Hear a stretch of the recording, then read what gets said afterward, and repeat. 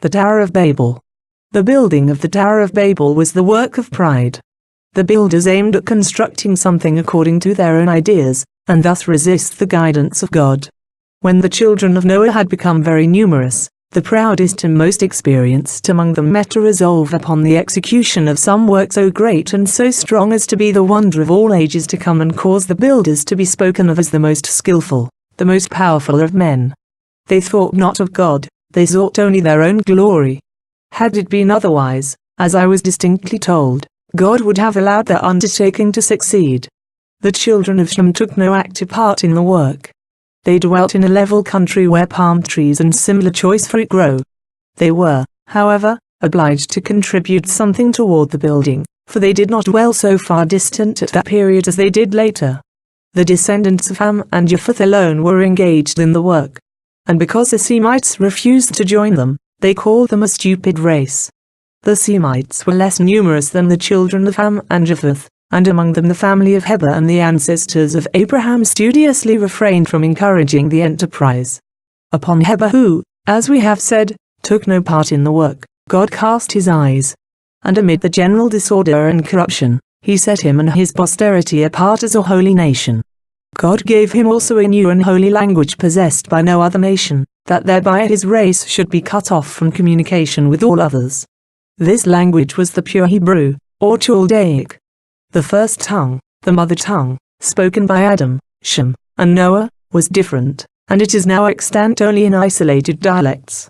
Its first pure offshoots are the Zand, the sacred tongue of India, and the language of the Bactrians. In those languages, words may be found exactly similar to the Low German of my native place. The book that I see in modern Ctesiphon, on the Tigris, is written in that language. Heber was still living at the time of Semiramis. His grandfather Arphaxad was the favorite son of Shem. He was a man of great judgment and full of profound wisdom. But a good deal of idolatrous worship and sorcery may have been handed down by him. The Magi derived their origin from him. The Tower of Babel was built upon rising ground, about 2 leagues in circumference, around which lay an extensive plain covered with fields, gardens, and trees. To the foundations of the tower, that is up to its first story, 25 very broad stone walks led from all sides of the plain. 25 tribes were engaged in the building, and each tribe had its own road to the tower. Off in the distance, where these roads began, each tribe had its own particular city that, in time of danger or attack, they might flee to the tower for shelter. The tower was intended likewise to serve as a temple for their idolatrous worship. The stone roads were, where they took their eyes in the plain, tolerably far apart. But around the tower, they lay so close that the intervening spaces were not greater than the breadth of a wide street. Before reaching the tower, they were connected by cross arches, and between every two there opened a gateway about 10 feet wide into its base. When these gently inclined roads had reached a certain height, they were pierced by single arcades. Near the tower the arcades were double, one above the other, so that through them one could make the circuit of the building, even around the lowest part, under all the roads. Above the arches that connected the inclined roads were walks, or streets, running horizontally around the tower. Those gently rising roads extended like the roots of a tree. They were designed in part, as supporting counterpillars to strengthen the foundation of the immense building, and partly as roads for the conveyance from all points of building materials and other loads to the first story of the tower. Between these extended bases were encampments upon substructures of stone. In many places the tops of the tents rose above the roads that ran through them. From every encampment, steps cut in the walls led up to the walks. One could go all around the tower through the encampments and arches and under the stone roads. Besides the occupants of the encampments, there were others who lived in the vaults and spaces on either side of the stone roads. In and around the whole building swarmed innumerable living beings. It was like a huge ant-hill. Countless elephants, asses, and camels toiled up and down the roads with their heavy burdens. Although these burdens were far broader than the animals themselves, yet several could with ease pass one another on the roads. On them were halting places for feeding and unloading the animals, also tents on the level spaces and even factories.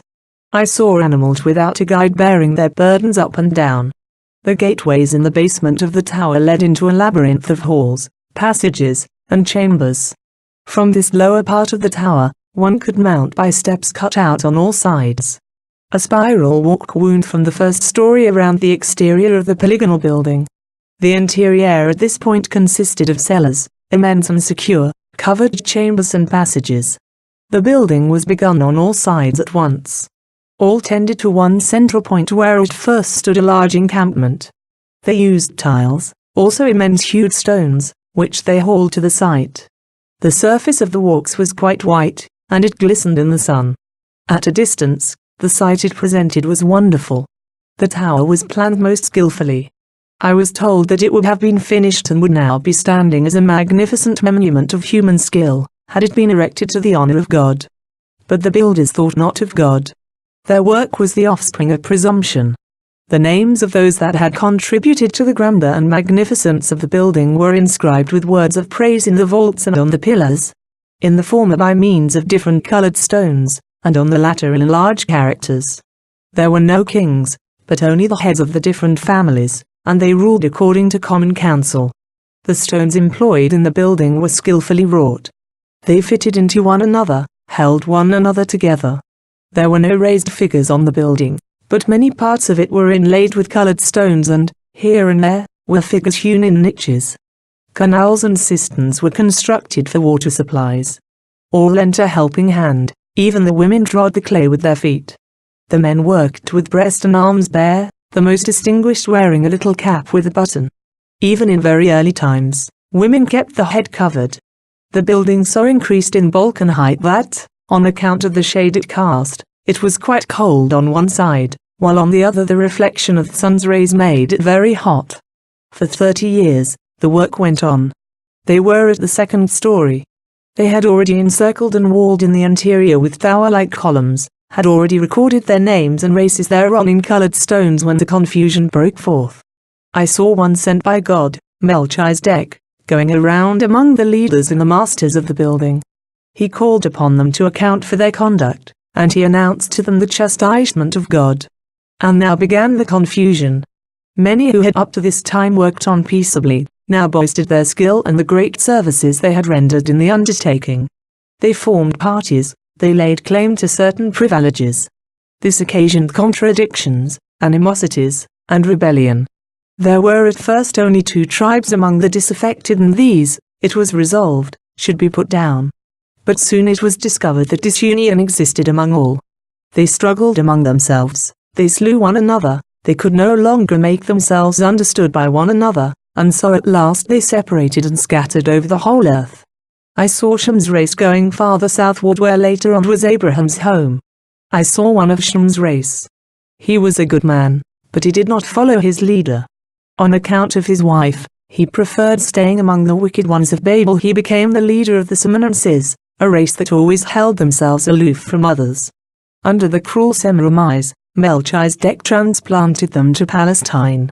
When in my childhood I had the vision of the building of the tower, I used to reject it because I could not understand it.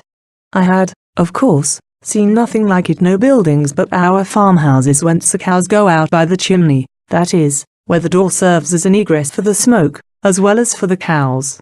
And the city of Coisfeld. More than once I thought it must be heaven. But I had the vision again and again, and always in the same way I see it still, and I have also seen how it looked in Job's time. One of the chief leaders in the tower building was Nimrod. He was afterward honored as a deity under the name of Belus. He was the founder of the race that honored Dakito and Semiramis as goddesses. He built Babylon out of the stones of the tower, and Semiramis greatly embellished it. He also laid the foundation of Nineveh, and built substructures of stones for tent dwellings. He was a great hunter and tyrant. At that period savage animals were very numerous, and they committed fearful ravages.